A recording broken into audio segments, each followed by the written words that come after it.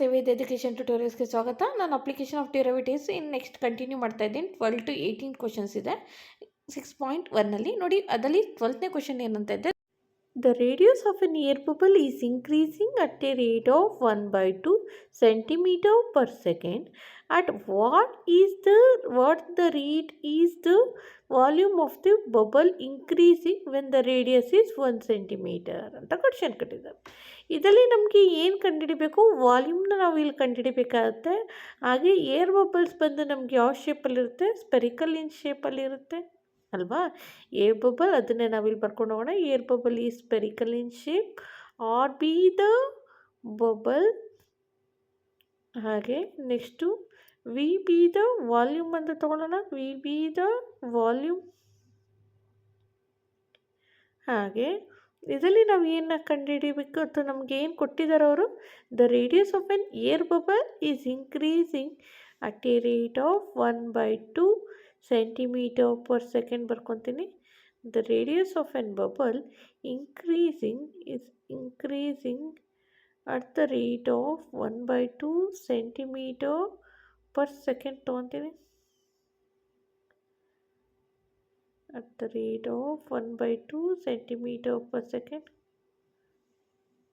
ಹಾಗೆ ಇದನ್ನು ನಾನು ರೇಟ್ ಅಂತ ಬಂದಿರೋದ್ರಿಂದ ನಾವೇನಂತ ತೊಗೊತೀನಿ? D R by D T ತೊಗೊತೀನಿ. D R by D T is equal to ಎಷ್ಟು ಬಂದಿದೆ?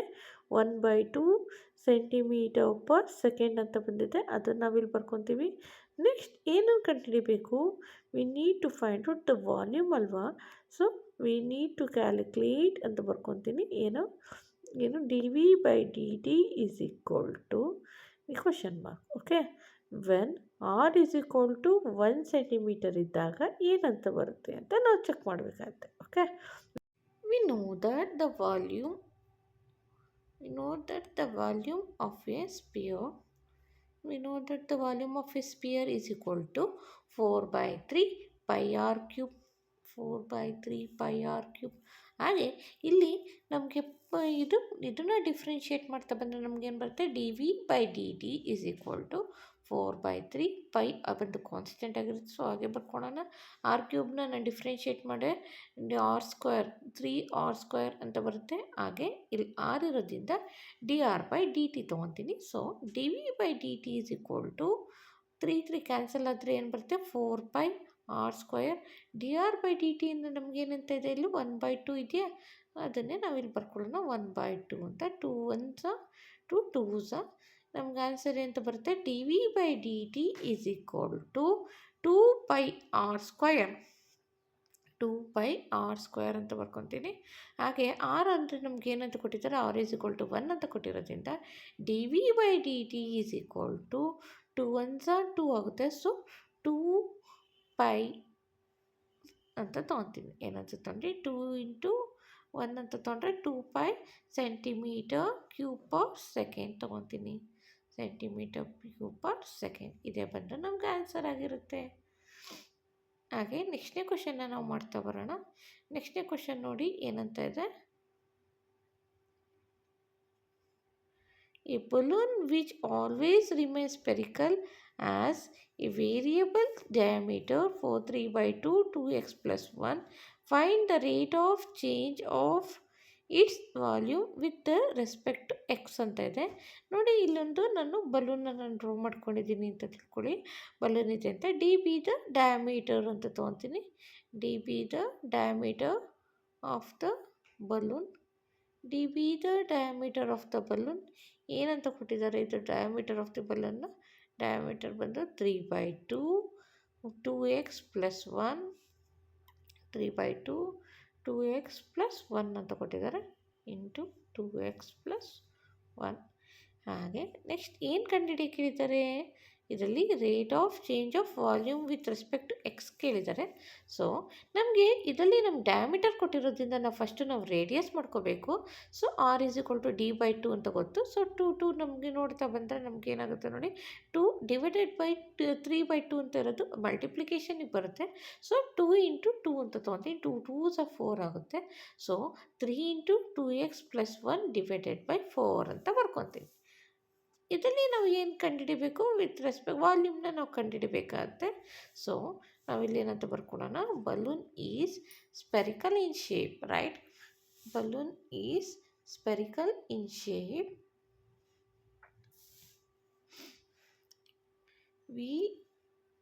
ವಿ ಮೀನ್ಸ್ ವಾಲ್ಯೂಮ್ ಅಂತ ತೊಗೊತೀನಿ. ವಾಲ್ಯೂಮ್ ಆಫ್ ದ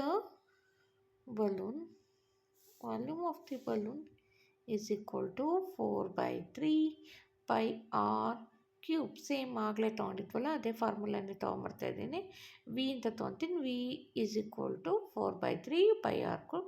ಇದನ್ನು ನಾವು ಡಿಫ್ರೆನ್ಷಿಯೇಟ್ ಮಾಡ್ತಾ ಬಂದರೆ ಏನಂತ ಬರುತ್ತೆ ಅಲ್ಲಿ ನಾವು ಮಾಡಬೇಕಾಗತ್ತೆ. ಆರ್ ವ್ಯಾಲ್ಯೂನ ನಾವಿಲ್ಲಿ ಏನಂತ ತೊಗೋಬೇಕು, ಆರ್ ವ್ಯಾಲ್ಯೂ ಇಲ್ಲಿ ಏನಂತ ಇದೆ ನೋಡಿ, ಅದನ್ನು ನಾವಿಲ್ಲಿ ಬರ್ಕೋಬೇಕಾಗತ್ತೆ. ಸೊ ಇದನ್ನು ನಾವು ಡಿಫ್ರೆನ್ಷಿಯೇಟ್ ಮಾಡ್ತಾ ಬರ್ತೀನಿ. ಏನಂತ ಬರುತ್ತೆ, D V by D X is equal to 4/3 pi into R cube ಅಂತ ಇದೆ. ಸೊ ಇದನ್ನು ನಾವಿಲ್ಲಿ ಇದನ್ನು ಮಾಡ್ತಾ ಬಂದರೆ ಆರ್ ಕ್ಯೂಬ್ನ ನಾವು ಡಿಫ್ರೆನ್ಷಿಯೇಟ್ ಮಾಡಬೇಕಾಗತ್ತೆ. ನೆಕ್ಸ್ಟ್ ನಮ್ಗೆ ಏನಂತ ಬರ್ಕೊತೀನಿ, d V by D X is equal to 4/3 pi. R ಇರೋ ಜಾಗಕ್ಕೆ ಏನಂತ ಇದೆ, ಇಲ್ಲಿ 3 ಇಂಟು 2x + 1 ಡಿವೈಡೆಡ್ ಬೈ 4 ಅಂತ ಇದೆ. ಅದನ್ನು ನಾನು ಬರ್ಕೊತೀನಿ. 3 into 2x + 1 divided by 4 whole cube ಅಂತ ತೊಗೊಳ್ಳೋಣ. ಈಗ ನಾನು ಇಲ್ಲಿ 3 ಕ್ಯೂಬ್ ಅಂತ ನಾವು ಸಪ್ರೇಟಾಗಿ ಮಾಡ್ಕೋಬೋದು, 4 ಕ್ಯೂಬ್ ಅಂತಲೂ ಸಪ್ರೇಟಾಗಿ ಇದು ಮಾಡ್ಕೋಬೋದಾ, ಅದನ್ನೇ ಮಾಡ್ಕೊಂಬರೋಣ. ಈಸ್ ಈಕ್ವಲ್ ಟು 4/3 pi ಹಾಗೆ ಬರ್ಕೊತೀನಿ. 3 ಕ್ಯೂಬ್ ಅಂದರೆ 3 3 ಸ 9, 9 3 ಸ 27 ಅಂತ ಬರುತ್ತೆ. ಸೊ 27 ಅಂತ ಬರ್ಕೊತೀನಿ.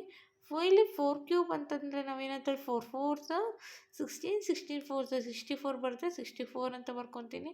ಹಾಗೆ ಇಂಟು 2x + 1 ಹೋಲ್ ಕ್ಯೂಬ್. ಇದನ್ನು ನಾವು ಈಗ ಡಿಫ್ರೆನ್ಷಿಯೇಟ್ ಮಾಡ್ತಾ ಬರ್ತೀವಿ. ಹಾಗೆ ಇದನ್ನು is equal to D V by D X is equal to 4/3 pi 27 divided by 64.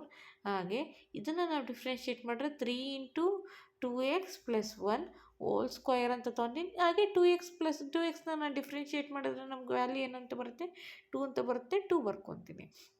ಈಗ ನಮ್ಗೆ ಏನಾದ್ರು ಕ್ಯಾನ್ಸಲ್ ಮಾಡ್ಬೋದಾ ನೋಡಿ, 3 3 ಕ್ಯಾನ್ಸಲ್ ಆಗುತ್ತೆ. ಹಾಗೆ ಇಲ್ಲಿ 2 1s 232s ಅಂತ ತೊಗೊತೀನಿ, 232s. ಹಾಗೆ ಮತ್ತು 2 ಇಂದನೇ ನಾನು 2 ಇಂದನೇ ಕ್ಯಾನ್ಸಲ್ ಮಾಡ್ತಾ ಬರ್ತೀನಿ. 2 1s 2 16s ಅಂತ ತೊಗೊತೀನಿ, ಯಾಕೆಂದರೆ 4 ಇರೋದ್ರಿಂದ. ನೆಕ್ಸ್ಟು ಮತ್ತೆ 2 ಮತ್ತೆ ಬರುತ್ತೆ, 2 1s 2 8s ಅಂತ ತೊಗೊತೀನಿ. ಆನ್ಸರ್ ಬಂದು ಏನಂತ ಬರುತ್ತೆ ಅಂದರೆ 27 ಡಿವೈಡೆಡ್ ಬೈ, ಇದನ್ನು ನಾವು ಕ್ಯಾನ್ಸಲ್ ಮಾಡೋದು, ಸಾರಿ ಇಲ್ಲಿ ನಾನು ಇದನ್ನು ಬರ್ಕೊಂಡೆ ಇಲ್ಲ ನೋಡಿ, ಇದು 8 ಬರುತ್ತೆ. 27 divided by 8 pi 2x + 1 whole square ಅಂತ ಬರುತ್ತೆ. ಇದೇ ಬಂದು ನಮ್ಗೆ ಆನ್ಸರ್ ಆಗಿರುತ್ತೆ. ಹಾಗೆ ನೆಕ್ಸ್ಟ್ನೇ ಕ್ವಶನ್ನ ಮಾಡ್ತಾ ಬರೋಣ. ನೆಕ್ಸ್ಟ್ನೇ ಕ್ವಶನ್ ನೋಡಿ ಏನಂತ ಇದೆ, sand is pouring from a pipe at the rate of 12 cm³ per second. The falling sand forms a cone on the ground in such a way that the height of the cone is always 1/6 of the radius of the base. How fast is the height of the sand cone increasing when the height is 4 cm ಅಂತ ಕೇಳಿದ್ದಾರೆ. ನಾವಿಲ್ಲೊಂದು ಈಗ ಒಂದು ಕೋನ್ನ ನಾವು ಬರ್ಕೊತೀನಿ. ಕೋನ್ನ draw ಮಾಡೋಣ. ಹಾಗೆ ಈ ಕೋನಿಂದು ನಾವು ಇದರಿಂದ ಇಲ್ಲಿಗೆ ತೊಗೊಂಡ್ರೆ ನಾವು ಹೈಟ್ ಅಂತ ತೊಗೊತೀವಿ ಅಲ್ವಾ. ಹಾಗೆ ಇಲ್ಲಿಂದ ಇಲ್ಲಿಗೆ ನಮಗೆ ರೇಡಿಯಸ್ ಅಂತ ಕನ್ಸಿಡರ್ ಮಾಡ್ತೀವಿ. ನೆಕ್ಸ್ಟು ಕೋನು ನೋಡ್ತಾ ಬನ್ನಿ. ಈ ಹೈಟ್ ಬಂದು ನಮಗೇನಂತ ಹೇಳಿದ್ದಾರೆ, 1/6 ಆಫ್ ಎ ರೇಡಿಯಸ್ ಅಂತ ಹೇಳಿದಾರಲ್ವಾ. ಹಾಗೆ ನೆಕ್ಸ್ಟ್ ಇದರಲ್ಲಿ ಇನ್ನೇನನ್ನು ಕೊಟ್ಟಿದ್ದಾರೆ, ಇನ್ನು ನಮಗೆ ಡಿ ವಿ ಬೈ ಡಿ ಟಿನ ನಾವಿಲ್ಲಿ ಎಷ್ಟಿದೆ ಅಂತ ಬರ್ಕೋಬೇಕು, 12 cm³ per second ಅಂತ ಬರ್ಕೊಳ್ಳೋಣ. ಅದೇ ಥರನೇ ನೆಕ್ಸ್ಟು ಇನ್ನೇನು ಕೊಟ್ಟಿದ್ದಾರೆ, ಹೈಟ್ ಕೊಟ್ಟಿದ್ದಾರಾ. ಎಸ್, ಹೈಟ್ ಬಂದು r/6 ಅಂತ ಬರ್ಕೊಳ್ಳೋಣ. ಹಾಗೆ d h by D t ತೊಗೊಂಡ್ರೆ ಅದನ್ನು ನಾವು ಇಲ್ಲಿ ಕಂಡುಹಿಡಬೇಕಾಗುತ್ತೆ, d h by D t. ಹಾಗೆ ಎಚ್ ಬಂದು ನಮ್ಗೆ ಹೈಟ್ ಬಂದು 4 cm ಅಂತ ಕೊಟ್ಟಿದ್ದಾರೆ, ಅದನ್ನು ನಾವಿಲ್ಲಿ ಬರ್ಕೊತೀವಿ. ಈಗ ನಮಗೆ ಒಂದು ಫಾರ್ಮುಲಾ ಬರುತ್ತೆ, ಏನು, ವಾಲ್ಯೂಮ್ ಆಫ್ ಎ ಕೋನ್ ತೊಗೊತೀನಿ. Volume of a cone is equal to 1/3 pi r² h. ಹಾಗೆ ಇದರಲ್ಲಿ V is equal to 1/3πr² ಅಂತ ಬರ್ಕೊತೀನಿ. ಈಗ ಇದನ್ನು ನಾವು ಡಿಫ್ರೆನ್ಷಿಯೇಟ್ ಮಾಡ್ತಾ ಬರೋಣ. ಇದನ್ನು ನಾವು ಡಿಫ್ರೆನ್ಷಿಯೇಟ್ ಮಾಡ್ತಾ ಬಂದರೆ ನಮಗೇನು ಬರುತ್ತೆ, ಹಾಗೆ ಇಲ್ಲಿ ನೋಡಿ, ಇಲ್ಲಿ ಆರ್ ಬಂದು 6h ಅಂತ ತೊಗೊತೀನಿ. Okay, 1/3 v is equal to 1/3πr²ಗೆ ನಾನು ಏನಂತ ತೊಗೊತೀನಿ, 6h² ಅಂತ ತೊಗೊತೀನಿ. 6h² ಇಂಟು h, ಹಾಗೆ 1/3π 6h² ಅಂದರೆ ಏನಂತ ಬರುತ್ತೆ, 6 36 ಆಗುತ್ತೆ. h² ಇಂಟು h ಅಂದರೆ h³ ಅಂತ ಬರ್ಕೊಬೋದಾ. h² ಇಂಟು h ಅಂದರೆ h³ ಅಂತ ಬರ್ಕೊಳ್ಳೋಣ. ಹಾಗೆ ನೆಕ್ಸ್ಟು ನೋಡಿ, ಇಲ್ಲಿ ನಾವು ನಿಮಗೆ ನಿಮ್ಗೊಂದು ಡೌಟ್ ಇರಬೇಕು, R is equal to 6h ಹೇಗೆ ತೊಗೊಂಡೆ ಅಂತ. h is equal to r/6 ಅಂತ ಇದೆ ನೋಡಿ, ಅದನ್ನೇ ನಾನು ಇಲ್ಲಿ ಈ ಸೈಡ್ ಇದು ಮಾಡ್ಕೊಂಡಿರೋದು ಅಷ್ಟೇ. ಓಕೆ, ಈಗ ವಿ ಈಸ್ ಈಕ್ವಲ್ ಟು ನಮಗೇನಾಯಿತು, 3 1s 3 2s ಆಗುತ್ತೆ. ಸೊ 12πh³ ಬರುತ್ತೆ. ಇದನ್ನು ನಾವು ಡಿಫ್ರೆನ್ಷಿಯೇಟ್ ಮಾಡಿದ್ರೆ ಏನಾಗುತ್ತೆ, dv/dt is equal to 1/2πh³ ಇದ್ದಿದ್ದು 3h² ಆಗುತ್ತೆ. ಸೊ ನಮಗೆ ಇಲ್ಲಿ h ವ್ಯಾಲ್ಯೂ ನಮಗೆ ಅವರೇ ಕೊಟ್ಟಿದ್ದಾರೆ 4 ಸೆಂಟಿಮೀಟರ್ ಅಂತ. ಸೊ ಅದನ್ನು ನಾವಿಲ್ಲಿ ಬರ್ಕೊತಾ ಬರ್ತೀನಿ. h ವ್ಯಾಲ್ಯೂ ಕೊಟ್ಟಿರೋದ್ರಿಂದ ನಾನಿಲ್ಲಿ 4 ಸೆಂಟಿಮೀಟರ್ ಅಂತ ಬರ್ಕೊತೀನಿ. ನಮಗೆ ಇಲ್ಲಿ ಏನು ವ್ಯಾಲ್ಯೂ ಬೇಕು ಕಂಡುಹಿಡಿಬೇಕು, dh/dt ಕಂಡುಹಿಡಬೇಕು. ಸೊ dv/dt ಅಂದರೆ ಏನಿದೆ, ಇಲ್ಲಿ 12 cm³/s ಇದೆ. ಸೊ ಇಲ್ಲೂ ಸಹ 12π, ಹಾಗೆ ಇಲ್ಲಿ 3 h² ಅಂದರೆ ನಾನು ಆಗಲೇ ಹೇಳಿದೆ ಎಷ್ಟಿದೆ, ಇಲ್ಲಿ 4 ಇದೆ. ಸೊ 4² ಅಂತ ತೊಗೊಳ್ಳೋಣ. 4 4s 16 ಅಂತ ಬರುತ್ತೆ. ಡೈರೆಕ್ಟಾಗಿ ನಾವಿಲ್ಲಿ ಬರ್ಕೊಂಡು ಹೋಗ್ಬೋದು. ಇಲ್ಲ 4² ಅಂತ ಬರ್ಕೊತೀನಿ, dh/dt. ಇಲ್ಲಿ ನೋಡಿ ಏನೇನು ಕ್ಯಾನ್ಸಲ್ ಆಗುತ್ತೆ, ಇಲ್ಲೂ 12 ಇದೆ, ಇಲ್ಲೂ 12 ಇರೋದ್ರಿಂದ 12 12 ಕ್ಯಾನ್ಸಲ್ ಆಗುತ್ತೆ. 12 12ನ ನಾವು ಕ್ಯಾನ್ಸಲ್ ಮಾಡ್ತಾ ಬರೋಣ. ಹಾಗೆ ನೆಕ್ಸ್ಟ್ ನಮ್ಗೆ ಇನ್ನೇನು ಬರುತ್ತೆ, ಇಲ್ಲಿ 1/4 4s 16 ಅಂತ ಹೇಳಿದೆ ಅಲ್ವಾ. ಸೊ 1/3 ಇಂಟು 4 4s 16 16, ಹಾಗೆ ಇಂಟು ಪೈ ಅಂತ ತೊಗೊತೀನಿ, ಈಸ್ ಈಕ್ವಲ್ ಟು dh/dt ತೊಗೊತೀನಿ, ಈಸ್ ಈಕ್ವಲ್ ಟು dh/dt. ಹಾಗೆ ಇದು ನಮ್ಗೆ ಏನಂತ ಬರುತ್ತೆ, ಇದರಲ್ಲಿ 1/16 3s ತೊಗೊಳೋಣ. 16 3s ಏನಾಗುತ್ತೆ, ಇಲ್ಲಿ 48 ಬರುತ್ತೆ. ಸೊ 48π ಅಂತ ತೊಗೊತೀನಿ. 1/48π cm/s cm/s ಇದೇ ಬಂದು ನಮ್ಗೆ ಆನ್ಸರ್ ಆಗಿರುತ್ತೆ. ಹಾಗೆ ನೆಕ್ಸ್ಟ್ನೇ ಕ್ವಶನ್ನ ಮಾಡ್ತಾ ಬರೋಣ. ನೆಕ್ಸ್ಟ್ನೇ ಕ್ವಶನ್ ನೋಡಿ ಏನಂತ ಇದೆ, the total cost C of X ಅಂತ ಇದೆ in rupees associated with the production of the X units of an items is given by ಏನಿದೆ, C of X is equal to 0.007x³ minus 0.003x² plus 15x plus 4000 ಅಂತ ಇದೆ.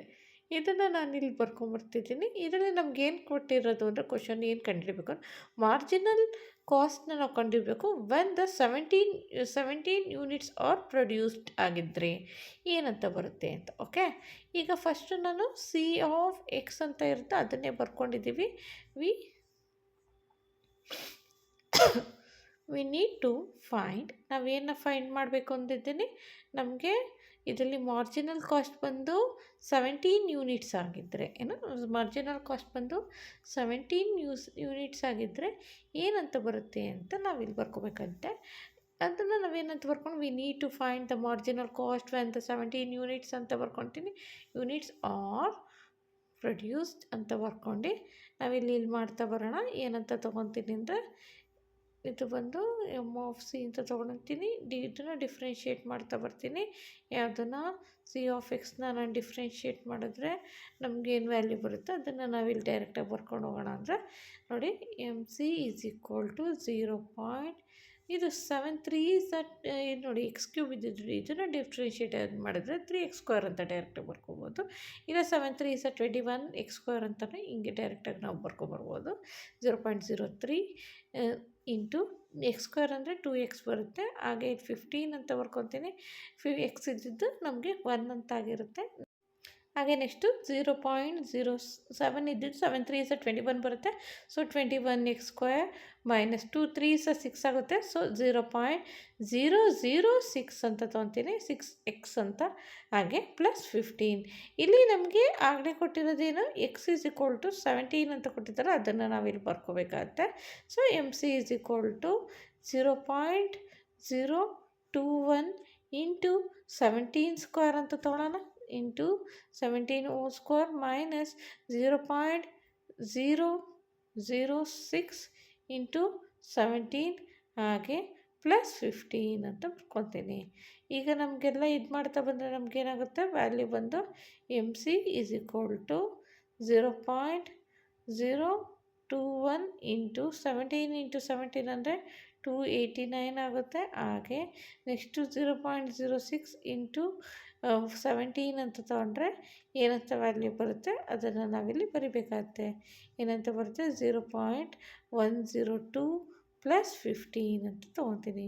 ಈಗ 0.021 into 289ನ multiply ಮಾಡಿದ್ರೆ ನಮಗೇನು ಬರುತ್ತೆ, 6.069 minus 0.102 ಹಾಗೆ plus 15 ಅಂತ ಬರ್ಕೊತೀನಿ. ಈಗ ಎರಡು ಪ್ಲಸ್ ಇರೋದನ್ನು ಒಂದೇ ಸತಿ ಆ್ಯಡ್ ಮಾಡ್ಕೊಳ್ಳೋಣ. 15 ಪ್ಲಸ್ 6.069 ಅಂತ ಇರೋದನ್ನು ಎರಡನ್ನೂ ಆ್ಯಡ್ ಮಾಡಿದ್ರೆ 21.069 ಬರುತ್ತೆ. ಮೈನಸ್ 0.102 ಮಾಡ್ತಾ ಬರ್ತಾಳೆ. ಆವಾಗ ಏನಂತ ಬರುತ್ತೆ ನೋಡಿ, ಇಲ್ಲಿ 9 2 ಹೋದರೆ 7 ಆಗುತ್ತೆ, 0ನ 6 0 ಹೋದರೆ 6 ಬರುತ್ತೆ.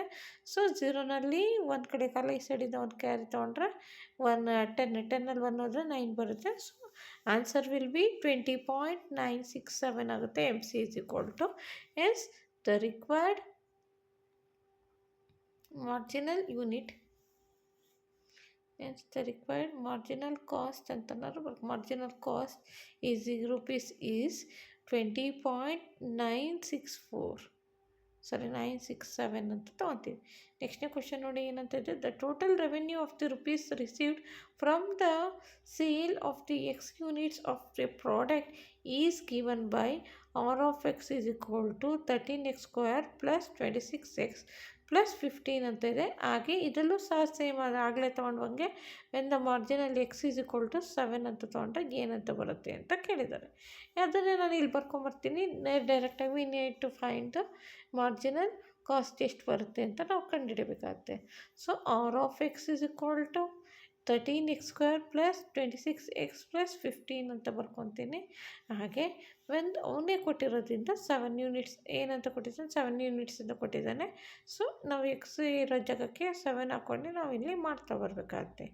ಏನಾಗುತ್ತೆ ಇದರಲ್ಲಿ ಇದು ಮಾಡ್ತಾ ಬಂದರೆ, ಈಗ ನಾವು ಡಿಫ್ರೆನ್ಷಿಯೇಟ್ ಮಾಡಿದ್ರೆ ಏನಾಗುತ್ತೆ, 13x² ಇದ್ದಿದ್ದು x² ಇದ್ದರೆ ನಮಗೆ 2x ಅಂತ ಬರುತ್ತೆ. ಸೊ 13 ಇಂಟು 2 26x ಅಂತ ಬರುತ್ತೆ. ಹಾಗೆ ಇಲ್ಲಿ ಪ್ಲಸ್ 26 ಅಂತ ತೊಗೊತೀನಿ. 13 into 2 into X plus 26 X ಇದ್ದಿದ್ದು 1 ಆಗುತ್ತೆ. So 13 2 26 into 26x plus 26. ಇದರಲ್ಲಿ ಎರಡಲ್ಲಿ ಏನು ಕಾಮನ್ ತೊಗೋಬೋದು, 26ನ ಕಾಮನ್ ತೊಗೋಬೋದು. ಸೊ 26ನ ಕಾಮನ್ ತೆಗೆದ್ರೆ ನಮ್ಗೆ ವ್ಯಾಲ್ಯೂ ಏನು ಬರುತ್ತೆ, x ಪ್ಲಸ್ 1 ಬರುತ್ತೆ. ಹಾಗೆ x ಈಸ್ ಈಕ್ವಲ್ ಟು ನಮಗೇನು ಕೊಟ್ಟಿದ್ದಾರೆ, 7 ಅಂತ ಕೊಟ್ಟಿದ್ದಾರೆ.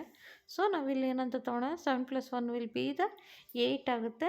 ಸೊ 26 ಇಂಟು 8 ಅಂತ ಮಾಡಿಕೊಂಡ್ರೆ ನಮ್ಗೆ ವ್ಯಾಲ್ಯೂ ಏನಂತ ಬರುತ್ತೆ ಅಂದರೆ 26 ಇಂಟು 8 ಏನಂತ ಆನ್ಸರ್ ಬರುತ್ತೆ, ಇದು ಬಂದು ನಮಗೆ 208 ಆನ್ಸರ್ ಬರುತ್ತೆ. ಅಷ್ಟನ್ನು ನಾವಿಲ್ಲಿ ಬರ್ಕೊಳ್ಳೋಣ. ಇಷ್ಟೇ ಬಂದು ನಮ್ಗೆ ಆನ್ಸರ್ ಆಗಿರುತ್ತೆ ನೋಡಿ. ಅದನ್ನೇ ನಾನು ಇಲ್ಲಿ ಬರ್ಕೊಂಡು ಹೋಗ್ತೀನಿ. MR is equal to 208 rupees ಅಂತ ತೊಗೊತೀನಿ. hence the required marginal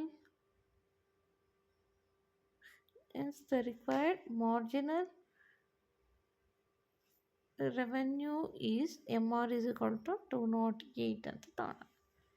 208 rupees 208. ಹಾಗೆ ನೆಕ್ಸ್ಟ್ನೇ ಕ್ವಶನ್ ಮಾಡ್ತಾ ಬರೋಣ. ನೆಕ್ಸ್ಟ್ನೇ ಕ್ವಶನ್ ನೋಡಿ ಏನಂತ ಇದೆ.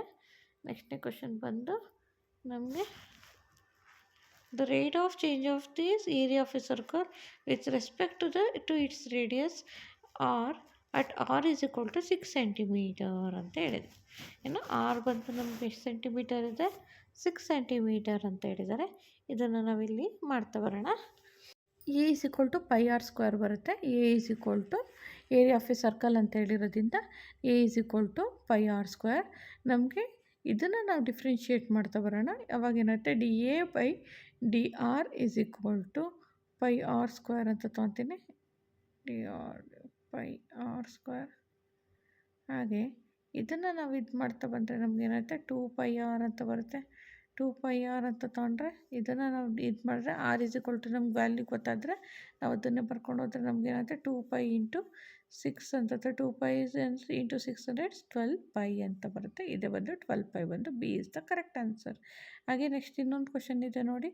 The total revenue rupees received from the sale x units of a product is given by 3x square plus 36x plus 5. The marginal revenue ಬಂದು x is equal to 15 ಇದೆ ಅಂತ ಹೇಳ್ತಿದ್ದಾರೆ. So r dash x is equal to ನಮಗೇನಾಗುತ್ತೆ, 3x ಸ್ಕ್ವೇರ್ನ ನಾನು differentiate ಮಾಡಿದ್ರೆ ಏನಾಗುತ್ತೆ 6x ಅಂತ ತೊಗೋಬೋದಾ. ಏನು 3x ಸ್ಕ್ವೇರ್ನ 6x ಅಂತ ತೊಗೋಬೋದು, 36ನ 36 ಅಂತ ಬರ್ಕೋಬೋದು. ಹಾಗೆ ಇದರಲ್ಲಿ ನಮಗೆ ಎಕ್ಸ್ ಇಸ್ ಈಕ್ವಲ್ ಟು ಏನು ಕೊಟ್ಟಿದ್ದಾರೆ, 15 ಕೊಟ್ಟಿದ್ದಾರೆ. ಹಂಗಾರೆ ನಾವೇನಂತ ತೊಗೋಬೇಕು, 6 ಇಂಟು 15 ಪ್ಲಸ್ 36 ಅಂತ ಇದೆ.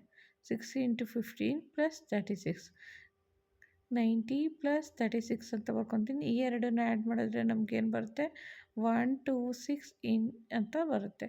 So 126 D is the correct answer ಆಗಿರುತ್ತೆ. ನೆಕ್ಸ್ಟ್ ವಿಡಿಯೋದಲ್ಲಿ ನೆಕ್ಸ್ಟ್ ಎಕ್ಸಸೈಸ್ನ ಮಾಡ್ತಾ ಬರೋಣ. ನಿಮಗೆ ನನ್ನ ಪಾಠ ಇಷ್ಟ ಆಗಿದ್ದಲ್ಲಿ ಲೈಕ್ ಮಾಡಿ, ಶೇರ್ ಮಾಡಿ ಹಾಗೂ ಸಬ್ಸ್ಕ್ರೈಬ್ ಆಗಿ.